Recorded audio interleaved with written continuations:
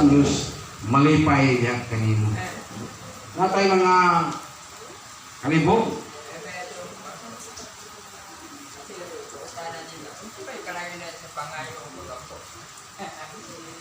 Nang ako na yung kan.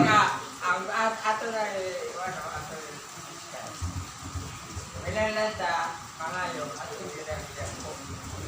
Kaya ang Ginoo o sa personal ito pangayo ta.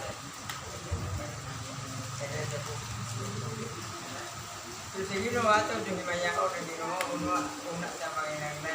Kaya anuan sa sinugan na ang tao akong giungol para sa akong kabulingon aron mo ampo. Muna nga, kinalan yun na yung paghimaya na ito din, mga yun, tagbo sa ito, pinadawan daw. Wala, ito iyang pumi, ito isimba. O, ito simbaho ng Ginoo. Muna, tayo nga. Hindi masama nga, practical natin. Tagay may bilan. Ako na tandaan. Tara na ito, pagkino na mga puta.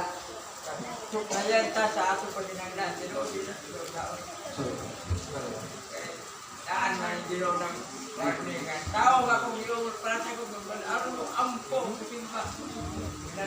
No. Sa to siya sa ipasabot sa tuwang kawalan sa Iglesia, no? Ang siya ngayon ito pagkabuhaton. Pumutay nga akong ingon ako sa inyo, mga kaina, nandun na tayo pag-imon nga pag-awit lagi sa itong nahinananan ng awit, na pagkita na ito, makita bidahin o pasalamat ito kaniya, no? Kinigingon nga mga naman tayo mga praise, mga kanta, no? Atong dahil ko ng Diyos, siguro ka mo ampo, kanimupan pa ng mga gusto na ito, kinakot sa Diyos, nitungod sa ito ang mga pag-ampo, no? Isa rin siya sa itong isikutan, karoon yun, no? Mga ang sa ito ang kinabuhi, nun nga, ikinahanglan din na ito ang pagkabuhato, no? Ngunit kita magaday, dahil sa itong umahan, pilagi sa iyang paghatag ka na ito sa ito ang mga ikinahanglan, no? Wala yung mga kalibog pa, no?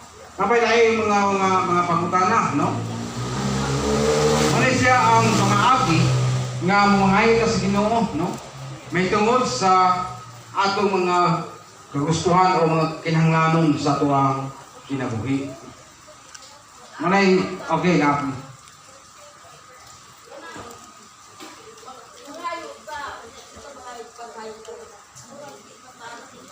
Oh, sige, no?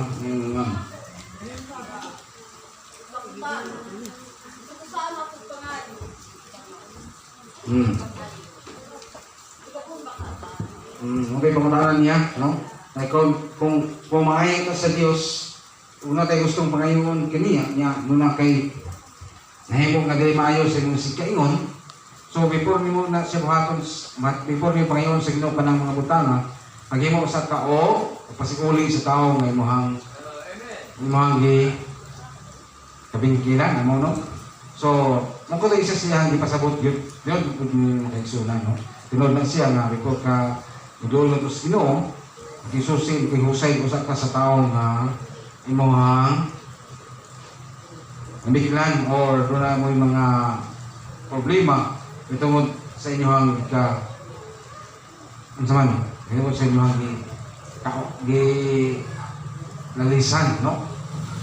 Tunod to sa gisulti sa igsoon, no? Si Sister Paz, no? Before ka mag-ampo, mag-unay sa kaugusay nga to sa Diyos, no? Nya, before pa ina, mag-husay ka sa Ginoo, before ka mag-husay sa Diyos, mudulot sa katao nga imuhang nabingkilan, no? Nasakitan o nagkahimo ka dito kaniya o may nungdan nga wala mo magkasimagtanay. So napay mga pangutana. Kaya itong isutan ko ron, isukot ng bilis sa mga pag-ampo. Gusto kang katubagan, no? Sa imong mga pag-ampo, muna isa sa mga punto ng pasabot sa itong gingon kaniya. O kanina, kung sa itong igsoon, pangutana niya, nga kinangamusak ka, nga makikusay, no? Doon ka sa tao na nakay mga kabingkilan na ito kaniya. Aron nga, kung doon na kayo ampo, matupagig ka. Matupagig ka sa Ginoo. Wala na, no? Kaya ito mag-isutan ko rin, mag-isunan kaniya. Intercede for His kingdom to come and His will to be done, no? Parang intercede. Mga muyo ta o pangamuyo kita, ana sa gingarian, umabot, no? Nga, na ang kabuton sa Ginoo nga mahimo kini. Moto pa sa tong gisutan karon no. Sa may kasong gulingon nga unsa may ako ngayan ako nga yampo no. Sa tong panahon karon gisunan sa tong palibot asa ta nang namuyo no. Dunay kay mga panghitabo nga dili nimo masabtan no. Dili nimo mahunahunaan kung katubas siya, kung kahitabo man to siya, pagkayon magkasi gulingon ng kabot unto sa Ginoo no. Dunay mga panahon nga ba nga naglibot na nasa yung palibot nga nahitabo. Nya mingon kasi gulingon nga kabot unto sa Ginoo, nahitabo to no.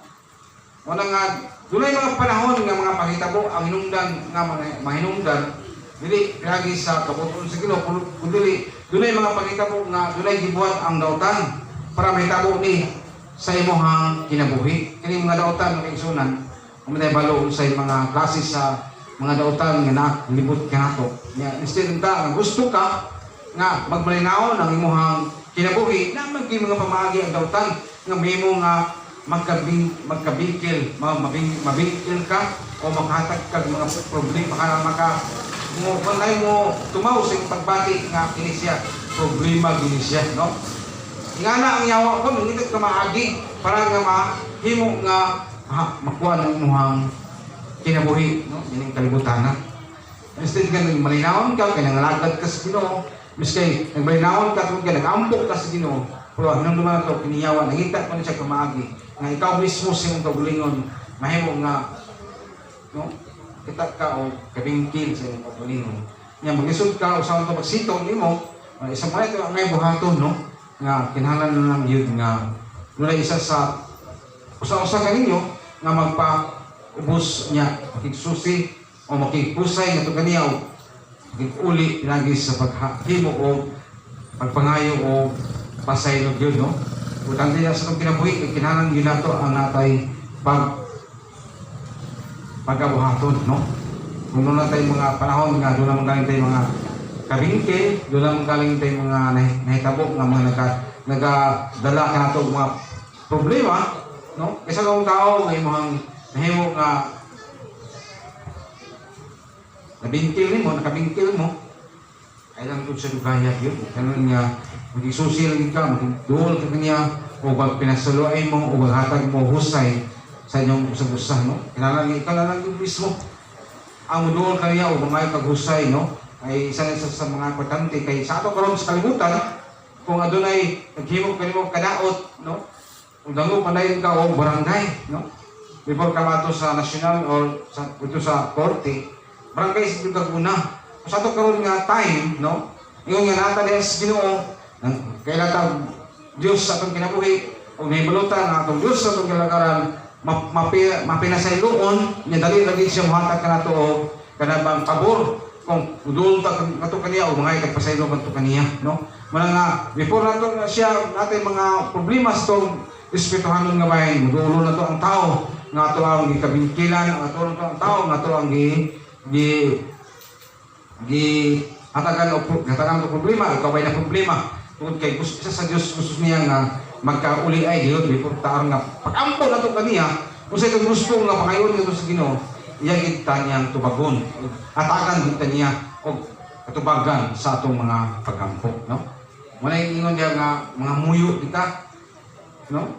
Kaya ito ang Ginoo kung ato siyang duulan mahatag isa sa ito katubagan o kasulbaran sa atong mga problema basta nakita niya sa itong kagulingon nga medyo nalinawan ang atong pagbati atong unahuna way mga kabing matuwag na ito nga babag no para sa tubagan ihatag sa Diyos kanimo. So kita siya nga ikaw mismo ninikamot ka nanimuha ka nga magkauli gid ang iyong pagbati sa usag-usah no. Muna nga tuiga 2026 nga unang Domingo pa gyud no nga yan ang panahon na naka-escort ko mitungod sa pagpasaylo sa usag-usah munay mangang-ang sa kinabuhi kinahanglan gyud nga maghikay kita maghimo kita o pagpasidungog o paghiusa o paghatag o pagpasiguli sa usa o usang kaya kanindot kinat siya mga kaigsunan no? Sa atong kinabuhi nga wala kitay mga mga sa itong gamay gamito niya nga term, no? Na walay mga problema nga mitumaw sa imong pagbati, wala may sa mga anak nga term, sa mga kadugo, sa mga minahals kinabuhi, wala mo'y namugna nga mga problema mitungod sa pagbati sa usag-usa. Muna nga muli karong adlaw, no? Isa ni siya sa nahatagan ako pagtagal ko ni taasan ako sa tao sa inspection yun, no? Ako sa hihon karon sa pagtudo sa school nga nakita ko kumaagi nga maka ambit kita o wa kita patulonan nga ikan gid sa balaan nga kasulatan, no? Muna isa sa mga punto sa atong kiron ka pagtuon sa pulong sa Ginoo kini diskutan gyud kini mitungod sa mga pagkampo. Kasi ang itong bugabuhaton matud pa sa uban. Sige mag-ampo, no? Pero ano man nuwa man kumatubang kung hindi nakita ka kadubagan, no? Kasi siya dali mong pagulingon. Basig dunay mga nahimo nga babang ano nga wala kumatubag ang mga pag-ampo tungkol kay doon na pag-ikay